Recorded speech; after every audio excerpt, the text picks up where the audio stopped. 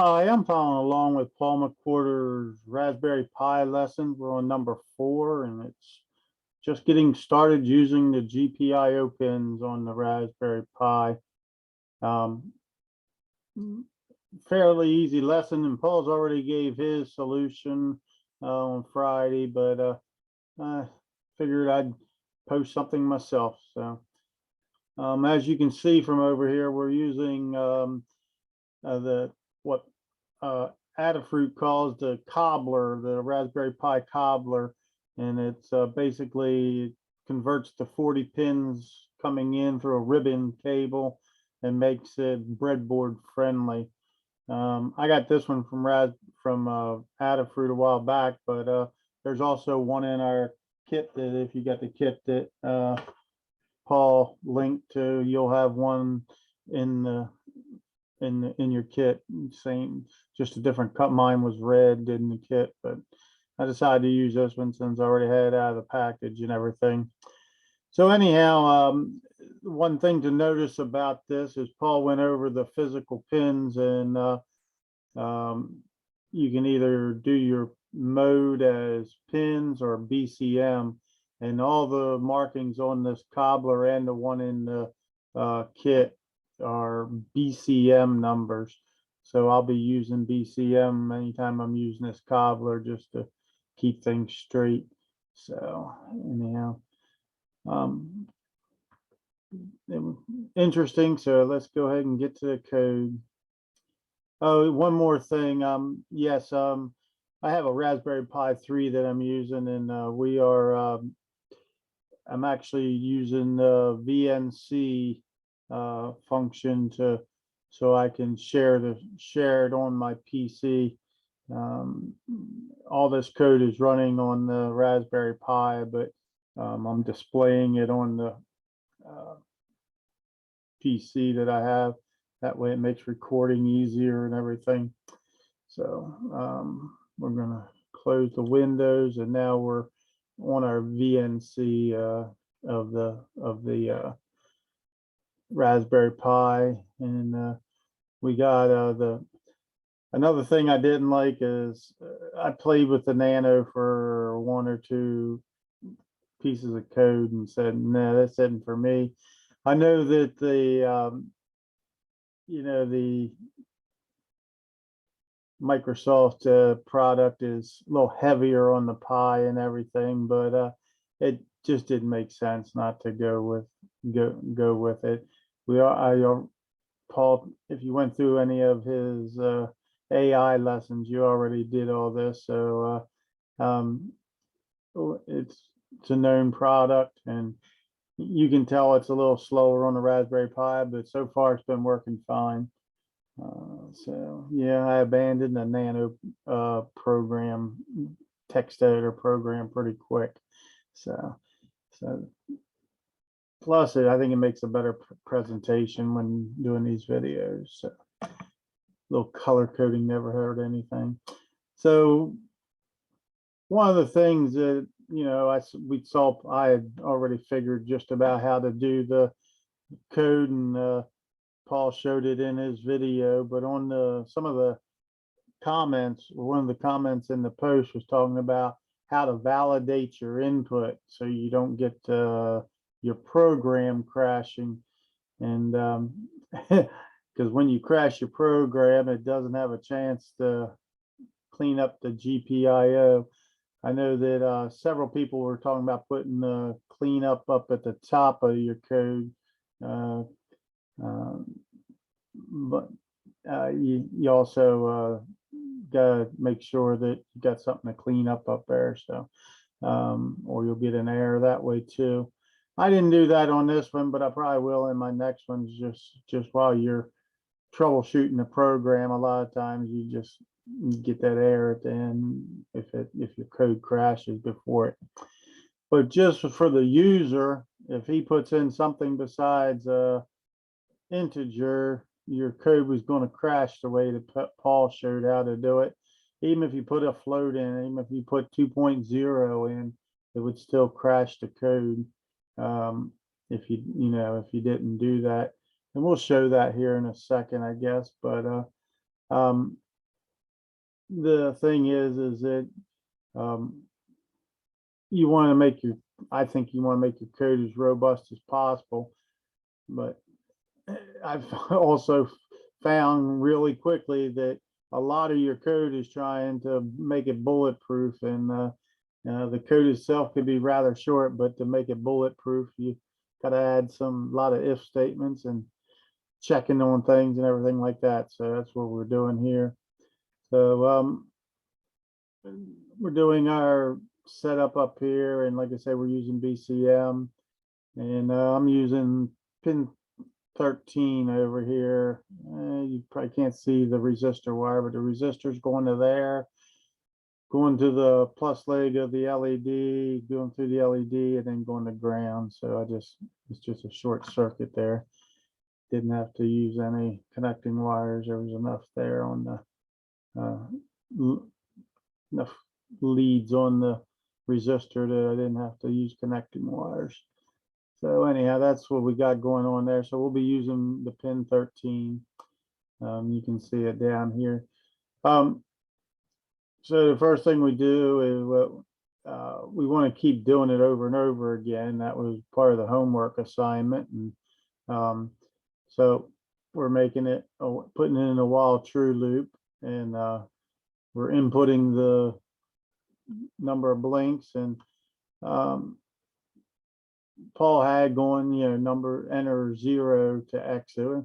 That was pretty good. Or I don't know if it was Paul. Somebody had the idea of doing it 0 to exit, and I thought that was a good idea. So I kind of copied somebody along the way on that. That's the fun thing about doing this, is you get to see a lot of different ways other people do it. So anyhow, so we have this try and accept thing here, try and accept down here as a value error. So we're trying to turn it in, you turn blinks, and then making it int, and then putting it in number of ints. So if you have something besides an int that you input, this is actually going to fail, and it'll go to exception error down here, and it'll just print out your input was not an integer. But since we're inside the while loop, it's just going to go up to the top and ask you to start all over again. So that's where the try comes in. But we also have to have a couple other condition and checking on conditions here. Of course, we're saying if it's 0 to exit, so I make it do an if it's 0, then say print goodbye and then break out of the program, and then that'll take it down here and clean up your GPIO before it exits. Another one is we can have integers. It can be a valid integer, but it could be a negative number. Somebody might put a negative number in there by mistake. So we have to adjust for that, or check for that as well. So if it's less than 0, then we want to print this out, and it won't do this because it's less than 0, so it just falls through and loops back around and asks you again. And then this last if is if it's positive, then we know that we have a valid, this code here is for a valid one. And basically we're just blinking, turn the lead on, sleeping for a half a second, turn it off, sleeping for a half a second. And then I'm printing out, since I'm going X in range to number of blinks, it's going from 0 up. So I just add 1 to this. So it didn't make sense to start with 0 on the number of blinks, since that didn't make sense. So anyhow, I think we can go ahead and run this and see what happens with it.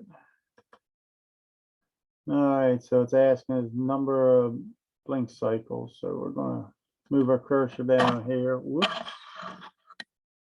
And we're going to say 3. You can see our LED blinking over here, and then putting counting down the numbers down there. So that's kind of cool. We'll try one more. 4. 1, 2.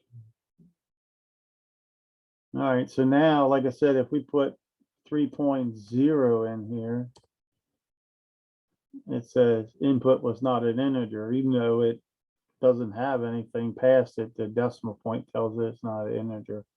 So it just skips back to the top. Same way we could put TWO in there saying 2 and do it. And it says input is not an integer. We can also do a negative number. So we can say -3 and blink count has to be a positive integer. So it's making sure that we do it right. Seems to be pretty bulletproof. And then of course, if we enter a 0, we go ahead and stop. All right, so that was my first iteration of it. Ended up with 3 different iterations. If you've watched any of my videos, you know that I'm a big proponent of the GUI, PySimple GUI library. And so I said, well, how easy could I make that? So this is basically the same code as the first one, except instead of the inputs as down in the terminal, we are doing like short pop-up messages to get the information that we need. Same way with our warnings, we're going to put a pop-up there. And I'm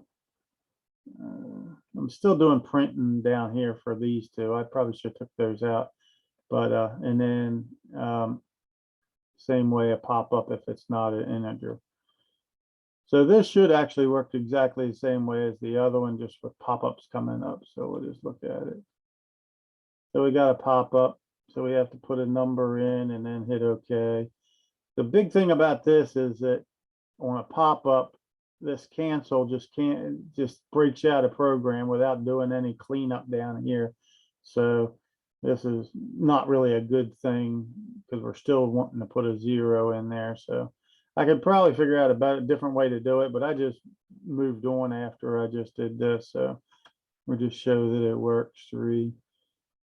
And I'm not going to show all the others, but you know, the same way it would work on the others. So we'll just put a 0 in and it'll just gracefully exit the program. All right, so after I did that, I said, well, I think I want a real GUI in here now. So I come up with a slightly longer program. The other ones were about 25 lines. This one's 44 lines or so. But we're doing a little bit more in this program as well. So I said, well, we can do with our number of cycles, but we can also enter our on time and off time here. So we're making a little GUI window that's going to have an enter box for these 3 items up here. And then I will have a submit button that'll start the code. And then we'll also have a quit that actually works in this one. So we don't have to enter 0 anymore. So we just hit the quit button and it'll automatically just gracefully get out of the program. With the GUI, you actually have the option of doing real-time checking of your values as you're typing it in here. Normally, inputs don't trigger events that would be caught down here when we read the window, but you can enable them. And what that does is let you do something every time you type a number or backspace or type any character. It'll automatically go through that. So we've enabled events down here so that we can get different checks going on. But you have to remember that we're actually looking for cycles. We're going to be looking for an integer, but on our on time and off time, we certainly want to be floats on those. So we have to treat the first one different than the second 2. The second 2 will be the same type of thing. But it does add to your code, so we'll go look at that now. So actually, to explain it, maybe I'll just go ahead and run it, and then I can move the window over. All right. Okay, so there's my actual window that we're creating with this layout that we have up here. I'm gonna get up there out of the way. All right, so basically, like I say, we're looking for a number to be put in here, and then an on time and an off time, and then once we got all three on there, we can hit submit. So we'll do that in a second. So first thing we do is we look for a quit. So if we hit it, find a quit, event quit. See, so when you punch this button, you'll get an event called quit. When you hit this button, you'll get an event called submit. When you type anything into these up here, we have a key up here, and that's in the key on the buttons is the same as the label of the button, but we have to give our own keys up here. So the leading hyphen and trailing hyphen are recommended ways to do it, but you don't need to do that. But I figured I'd do it the recommended way this time. So every time you type something in the cycles input, any character you type, it's going to create an event that's going to get checked as it goes through this. Remember, the while true is just going to be looping and looping and looping. And so when we do that, or quit, we want to break. Okay, but when we get to cycles, what we're doing here, cycles is an integer. So what we're going to do is we're going to try to see if it's an integer, and this is how we find out. When we get the event cycles, we can check the value that's in cycles. So in this input, we can see whatever is currently in there by doing this. And the values of cycles, it'll show you that. So if it is an integer, you're good, even though you're not doing anything but checking to make sure it's an integer. Okay, and then, but if it's like a character or a decimal point or something like that, then what it's going to do is it's just going to take and update that values of the cycles, and we're going to take one off the end of it. So we're going to truncate the string by taking the last character off. So it's like you didn't type anything, and we'll show you that it really doesn't even take time to show up on the screen, because it doesn't even, it just takes it off before you even show it. So I'll have to tell you what I'm doing, because you won't be able to see what's actually going on there. Okay, so that was for an int. Oh yeah, one more thing. So it's going to check. So when you do that, it automatically eliminates negative numbers, because if you put a minus sign very first thing you do, then it's going to do this exception, because a minus sign by itself is not an integer. Even though you can have a -1 as an integer, it's checking each character you type. So if you put a minus sign, then it's going to throw this out and just not going to give you an option to even put a minus sign in there. So it's basically you're just limiting what numbers what characters you're getting to 0 to 9 on here is whatever. But like I said, once you get one character in there, if you go and do a second character, if you like put 1 and then 0 or something for 10, and it's going to come back and it's going to trigger a new event for that 0 that you just typed. But it's going to check it and it's, oh yeah, 10's a valid integer, we're good there. But if you want 1.0 or 1 point, a decimal point, then it would automatically fail and it would just eliminate the decimal point there. So that's not even going to let you put in, a decimal point there either. So that's kind of cool. But then you have to change up, because like I said, we do want decimals. So we do the same thing. We're checking for a float, and then we're accepting. If it's not true, then we're doing an exception.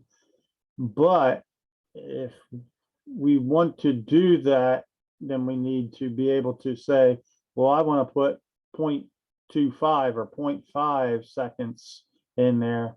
So we have to also check if the length is 1, in other words, and we're just putting a decimal, which is also, like I said, the decimal is also not a valid float, just a decimal point. It checks, and if that value is a decimal point, then it says, okay, we'll accept that, and it goes, it skips that next part. But if you put like a negative, or you put a letter or any other character that's not available, then it's just going to do the same thing and back you up. And then we're doing the exact same thing for the off time. And then we're just checking that once we got all our stuff entered up here, if we hit submit, then we're going to go ahead and do this here, and it'll run all right. So we can actually show it in progress. So I'll do this correctly the first time. So we're going to put a 3 in that one, and you can tab to the next one and say we want to be on for two quarter of a second, but we want our off time to be a whole second. So even though it's a 1, it's still a valid float. So we're good with that. So we should get 3 blinks with low on time and a little bit longer off time. So let's see what happens. All right, so it worked. Now if we do it, we don't have to change anything over here. So if we do it again, we need to go ahead and do it. All right, so we're good there. So that seemed to be working okay. And then so let's see. So let's see up here. I'm going to backspace out of that. So you can't see it, but I'm hitting a decimal point, nothing's happening. I'm hitting a minus sign, nothing's happening. Hitting the letter A, nothing's happening. But if I hit 9, that works fine. Same thing down here, back up here. So if I say a negative, it's not putting any negative in there. But if I put a decimal, it'll allow me to put the decimal. Of course, I could go and say 0.4. And if we did that, then we wouldn't need to do this check here for a decimal point. But I know myself, I don't usually put a 0 when I'm typing stuff into text boxes, 0.4. I just put 0.4. So this takes care of lazy people like me. So that's good. So, and then we'll do the same thing. Whoops. Too much on my desk. All right, so we'll change this to 0.3 as well. And then we'll submit, and we should get 9 quick blinks.